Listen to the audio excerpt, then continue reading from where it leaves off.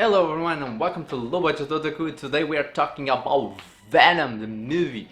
A movie that is being bashed by critics so much. And I don't understand why. If I would have to classify Venom in terms of Marvel scale, I would say that Venom, for example, is of course not at the level of a Guardian of the Galaxy, Doctor Strange, Spider-Man Homecoming, Avengers movies, Captain America Winter Soldier, Ant-Man. But I would say he's better than, for example, Captain America, Iron Man 2 and 3. I would say he's better than Thor, Dark World. That's not very hard. And I would say he's better than Black Panther. I'm sorry, Black Panther is one of the most overrated Marvel movies of all time. It has a boring main character, boring villain. Basically, the saving grace of the movie is Andy Serkis's Claw. Because otherwise, I just didn't enjoy that much the movie. It was not bad, but for me it's really almost in the mid-scale, but I think it's in the lower scale of Marvel movies. In my opinion, Venom does most of the things better than, for example, Black Panther did. The villain of Venom is not great, but it is a villain that you're hating. You truly hate that villain and you want to see him dead.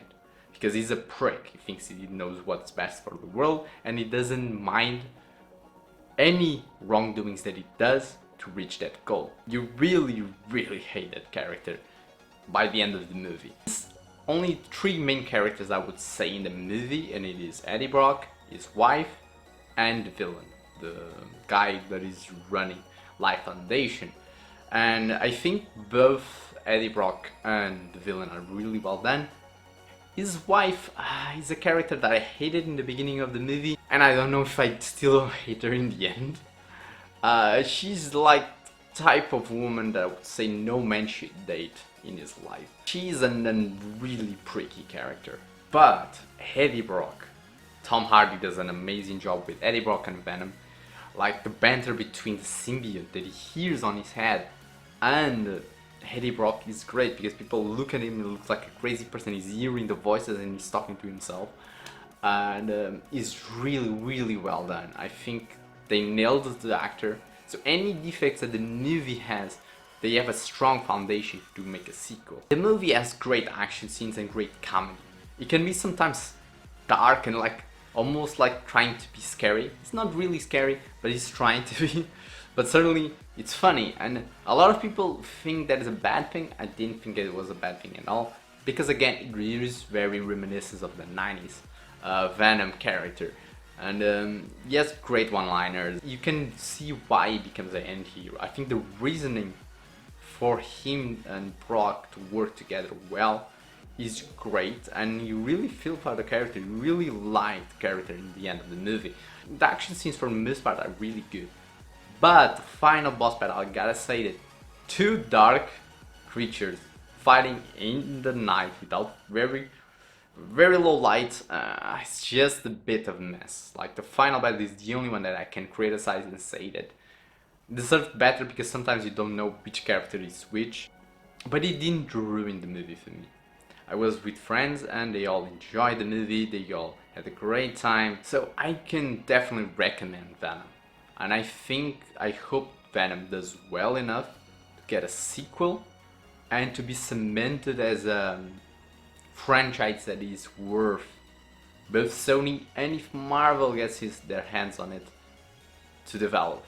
Because I hope that the sequel goes better and bigger. Small spoiler, if you don't want to hear it, skip the next part.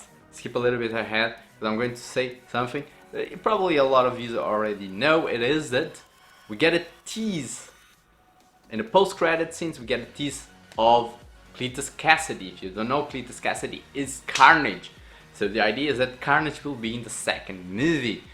And if you know the comics, Carnage is stronger than Venom. It is one of the most powerful, if not the most powerful symbiote. Now, to beat Carnage, Spider-Man and Venom actually teamed up in the past.